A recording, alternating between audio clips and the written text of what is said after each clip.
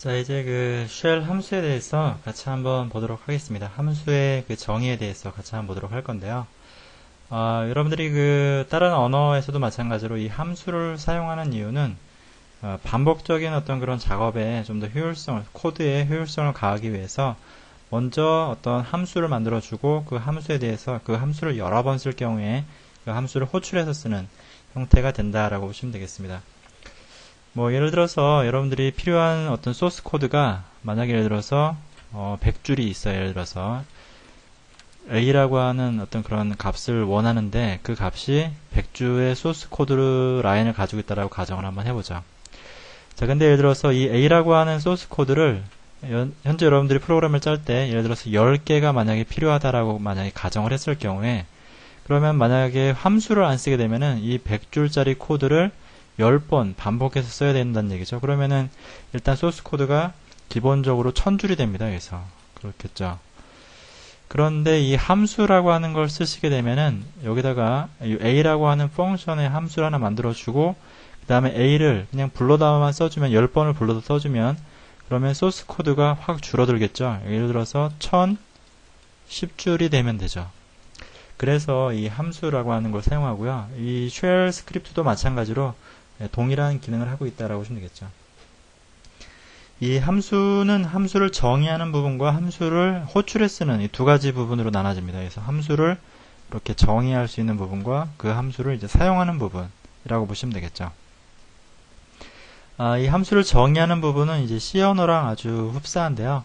함수명이 당연히 나오겠고, 그 다음에 가로 열고 닫고가 나오고, 그 다음에 이제 이렇게 대괄호 안에 여러분들이 여기서 이제 함수가 표현하고자 하는 그 결과가 여기 소스 코드로 들어오면 됩니다. 그래서 여기 이제 소스 코드로 쭉 들어오겠죠.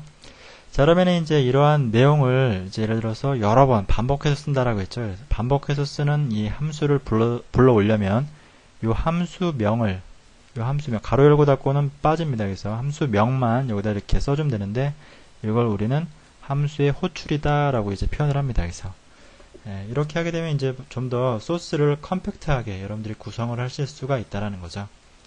근데 여러분들이 주의하실 거는 기본적으로 하나의 소스 코드 안에 함수를 정의하려면 함수를 여기다가 이렇게 예를 들어서 여러분들이 이렇게 호출을 했죠. 근데 이 함수의 정의부가 A보다 밑에 들어오면 안 됩니다. 항상 A보다 위에 있어야지만 이렇게 A보다 정의하는 부분이 호출하는 부분보다는 위에 있어야지만 이 값을 찾아가지고 위에서 이렇게 위에서부터 순차적으로 읽는다라고 했기 때문에 스크립트가 요 A라고 하는 함수가 위에 없으면 이걸 부르면 뭐 찾을 수 없다라고 나오겠죠. 그래서 그 부분만 여러분들이 유의를 하시면 될 것 같습니다. 그럼 저희가 그 함수를 사용하는 예를 한번 같이 한번 보도록 하겠는데요. 앞에서 저희가 이제 구구단을 한번 짜봤는데 이 구구단이라고 하는 거는 루틴이 똑같죠. 그래서 다음 페이지 한번 보시게 되면요. 여기서 보시게 되면은 이제 단을 입력하라고 되어 있는데 예를 들어서 2단부터 뭐 9단까지라고 가정을 하고 이 단을 표현하는 방식은 똑같잖아요. 그죠? 이 앞에 내가 원하는 단이 있으면 그거 곱하기 1부터 9까지 해주면 되잖아요. 그죠? 이거는 이제 하나의 동일한 패턴이다 라고 보시면 되겠죠. 자, 그래서 이 fTest라고 하는 이런 그 함수를 하나 만들었어요. fTest하고 그 다음에 이제 요 대괄호 안에다가 for 구문 하나 썼죠. 자, 이건 뭐 하는 거냐라고 했더니 자, for I in 숫자를 명시적으로 지원했죠. 1부터 9까지 범위가 i에 들어가는 거죠. 이렇게 i 변수에 하나씩 들어가는 겁니다. 그러면 이제 a라고 하는 변수에다가 단이라고 하는 거의 결과값이죠. 단이라는 건 어디서 받았냐면 이 아래에서 에코 하신 다음에 이 단을 받았죠. 리드에서 단을 입력하라고 했을 때 단이라고 하는 변수에다가 예를 들어 2단이면 2단 이렇게 받겠죠. 자, 그 다음에 이제 곱하기 해서 $i는 이제 1부터 9까지죠. 1부터 9까지의 값이 여기에 순차적으로 들어갈 거고요. 자, 그 다음에 이제 어떤 걸 보여주냐면 $단, 즉 예를 들어서 내가 2단을 했으니까 2죠. 그 다음에 곱하기 1부터 9까지가 돌겠고요. 자, 그 값을 $A 여기죠. 요 값 곱하기 한 값이죠. 이 값을 여기서 이렇게 보여달라.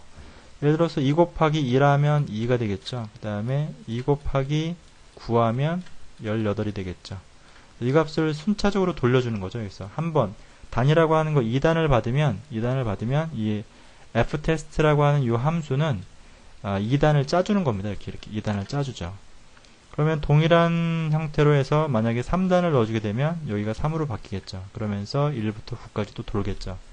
그래서 내가 원하는 거는 1단부터 2단부터 9단까지 짜는 건데, 근데 단을 입력해서 짜게 되면은 여러분들이 ftest라고 하는 걸 계속 여러분들이 이제 사용하시면 이제 이런 거를 이제 확인하실 수가 있겠죠. 그래서 이거를 연속적으로 돌리려면 while 구문을 써주시는 게 좋겠죠. 그래서 while true 무한루프로 한번 돌렸고요. 자, 우선은 한번 처음이니까 한번 입력은 받아야겠으니까 먼저 위에서 한번 써준 거고요. 자, while에서 do와 돈 사이를 이제 도는데 echo 이거는 그냥 한 칸 띄라는 거죠. 엔터 친 효과입니다. 이거는. 그 다음에 이제 ftest라고 하는 함수에다가 이 아규먼트를 $단이라고 하는 값을 넣습니다. 그러면은 현재 여기서 단을 입력하시오에서 2단을 입력한 게 단이라는 것으로 들어왔을 거고, 자, 그 다음에 이제 ftest라고 하는 거에다 단을 넣었어요. 그럼 얘가 값이 2잖아요. ftest 2한 거랑 똑같은 거죠. 이렇게 이런 식으로. 자, 그러면 2를 하게 되면 여기 2가 이렇게 함수에 들어오는 겁니다. 2가 가로 안에 2가 들어오는 거죠. 자, 들어와서 자, a라고 하는 변수를 이렇게 만들었고, 그 다음에 여기가 2가 들어왔고, 그 다음에 여기가 1부터 9까지 돌겠죠. 그리고 나서 에코로 찍을 겁니다. 여기서 쭉 찍어주고, 자, 그러면 이제 끝나면 이제 이렇게 또 에코해서 엔터 친 겁니다. 이렇게 하고, 그 다음에 마저 또 요거를 요 부분에 이제 계속 요 부분이 이제 while 문이 돌 때는 이게 끊기 전까지는 이제 요 부분이 돌면서 들어오겠죠. 얘가 이제 나오고, 그 다음에 이제 그럼 단을 예를 들어서 여러분들이 뭐 3단을 입력했다. 그러면 올리면 항상 true이기 때문에 무한 루프죠. 항상 true이기 때문에 다시 또 이제 ftest라고 하는 거를 호출을 하죠.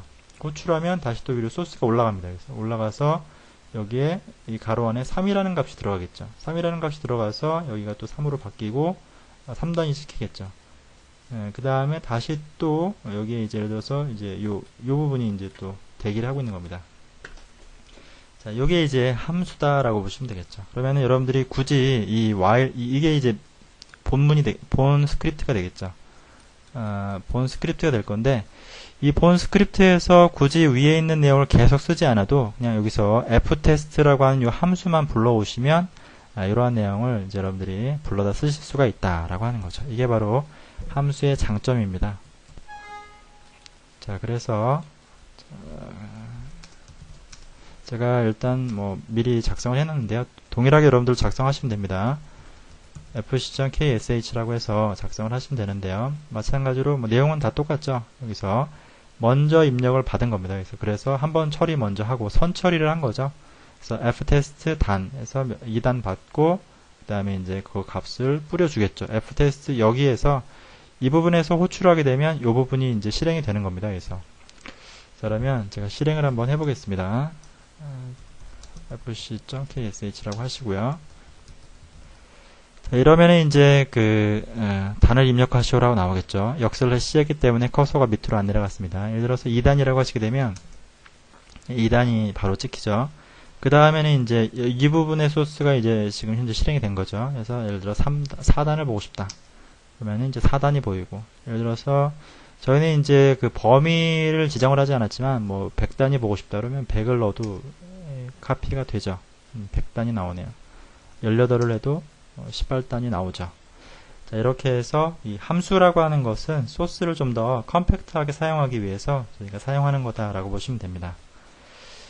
그리고 이제 여러분들 그 교재에 나와 있는 그 shell _08.ksh에 대한 부분은 이 부분에 대한 내용은 여러분들이 그 네트워크에 대한 좀 이해가 있으셔야지만 스크립트를 이해할 수 있기 때문에 이 부분은 저희가 뒤에서 같이 한번 다뤄보도록 하겠습니다. 그래서 5장의 수업을 여기까지 하도록 하겠습니다. 수고하셨습니다.